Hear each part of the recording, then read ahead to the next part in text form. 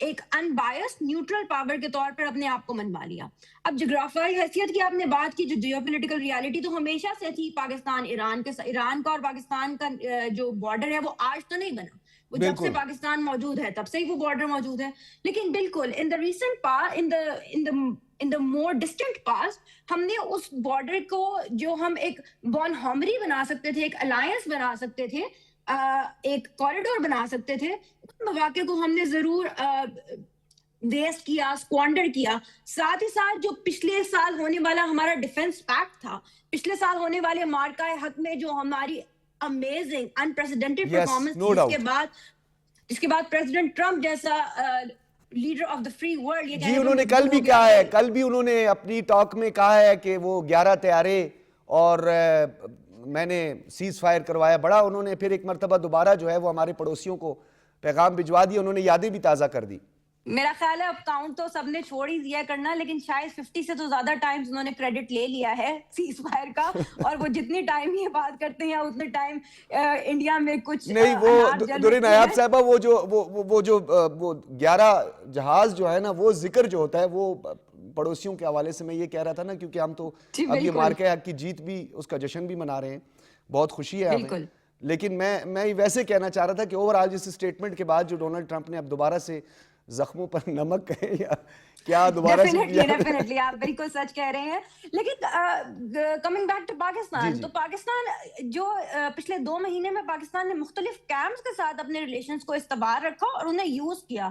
It goes without any over exaggeration کہ پاکستان کو international journal اس time only adult ان دا روم کہہ رہی ہیں. تو آپ کو ایک نامی جانی طاقتیں یہ کہہ رہی ہوں کہ بھائی آپ کے پاس ثالثی ہونے کی صلاحیت بھی موجود ہے, کریڈینشلز بھی موجود ہے, کریڈیبلٹی بھی موجود ہے, تو میرا خیال ہے سکسیس اسپیکس فار اٹسیلف. ہمیں تو ہمارے دوست, ہمارے, میں تو دوست ہی کہوں گی, ویسے تو وہ دوست نہیں بنتے, لیکن ہمارے دوست ممالک کی طرح ہمیں تو ضرورت نہیں ہے چیخنے کی اور اپنے وائلڈ ہالو کلیمز کو پروپیگیٹ کرنے کی, بار بار بلاسٹ کرنے سے تو کچھ نہیں ہوگا ایسا, کیونکہ ہمیں کچھ کہنے کی ضرورت نہیں پڑ رہی. ہمارے کریڈیبلٹی کے معترف ہمارے آس پاس کے لوگ ہیں اور ہمارے دور دراز کے لوگ ہیں. چڑھتے سورج کو سب دیکھتے ہیں, سب کو نظر آتا ہے, اس کو چھپا تو نہیں سکتا کوئی. آپ نے بالکل ٹھیک کہا درے نایاب صاحبہ. اور ایک اور ایسی اوورآل اس سینیریو کی اگر ہم بات کریں تو ایک اور چیز جو یہاں پہ بڑی امپورٹنٹ ہے کہ آپ جیسے لوگ بڑے کنٹریبیوٹ کر رہے ہیں, جی آر بلوچ صاحب ہیں, ذوالفقار صاحب ہیں, آپ لوگ کی آواز دور دور تک پہنچ رہی ہے کہ اس میں 2 اسپوائلر ہیں, ڈی ریلر ہیں, یعنی جو ڈی ریل کر رہے ہیں اس پورے ٹاکس کو, کوشش کر رہے ہیں اسلام آباد ٹاکس کو رکوانے کی, قیام امن کی کوششوں کے لیے جو 2 اسپوائلر اپنا رول پلے کر رہے ہیں, جس میں اب انہوں نے ایک نیا بیانیہ وہ شروع کر دیا ہے کہ جی وہ شاید آپس میں تقسیم ہے اور وہ اس حوالے سے جو اس کو ایکسپلائٹ کرنے کی بھی کوشش کر رہے ہیں. تو رسپانسبل میڈیا کا کردار جو ہے وہ کتنا اہم ہے یہاں پہ؟ سجاد صاحب دیکھیں, آؤٹ کم جو کچھ بھی ہو, آپ اس ڈیولپمنٹ کو کوئی بھی ڈینائی نہیں کر سکتا. ہسٹری بکس میں تو یہ بات جائے گی, it will go down in history کہ when the world was burning, Pakistan کے پاس یہ کرج تھا کہ وہ آئے, بیچ میں کھڑا ہو اور کہے let's talk, let's wait, let's take a pause and let's talk. یہ تو کریڈٹ پاکستان سے کوئی لے ہی نہیں سکتا. اور پاکستان,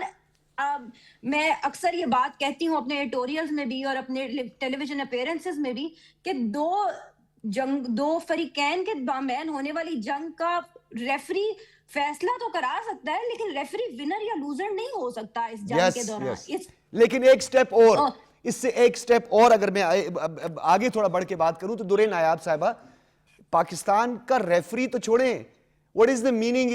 of mediator, مطلب ثالث کا کیا مطلب ہوتا ہے؟ وہ دونوں فریقوں کو تجاویز دے سکتا ہے, وہ دونوں کا اوپینین سن کے اپنا انپٹ جو ہے اس کی بڑی امپورٹنس ہوتی ہے. تو پاکستان کا تو اوورآل یہ کردار جو رہا ہے. ذوالفقار علی مہتو صاحب, پاکستان کی ہم عوام کی بات ضرور یہاں پہ کریں گے کہ اس اوورآل اس ڈیولپمنٹ میں آج دیکھیے کتنی بڑی ڈیولپمنٹ ہوئی ہے. وزیر اعظم کہ نیوزی لینڈ کے وزیر اعظم کے ساتھ رابطہ ہوا ہے, ٹیلی فونک گفتگو ہے, کنورسیشنز جو ہے گھنٹوں طویل کنورسیشنز کا سلسلہ جاری ہے. ہمارے وزیر اعظم اور ہمارے فیلڈ مارشل اور جو ہمارے فارن منسٹر بھی ہیں, ڈپٹی پرائم منسٹر بھی ہیں اسحاق ڈار صاحب, ان کے ساتھ بھی یہ رابطے ہو رہے ہیں. اور پاکستان کی جو عوام ہے, پاکستان کی جو عوام کا اس لیڈرشپ کے ساتھ جو انڈرسٹینڈنگ ہے, ماضی میں اتنی انڈرسٹینڈنگ مارکہ حق میں بھی ہم نے یہی دیکھا اور وہی کنیکٹیوٹی اب ہم دیکھ رہے ہیں کہ کنیکٹڈ ہے یہ ساری چیزیں, کنسسٹنسی نظر آ رہی ہے, جڑے ہوئے ہیں ایک دوسرے کے ساتھ اور پاکستان کی قیادت کے ساتھ کھڑے ہیں. جی بالکل بالکل صحیح فرما رہے ڈاکٹر صاحب. یہ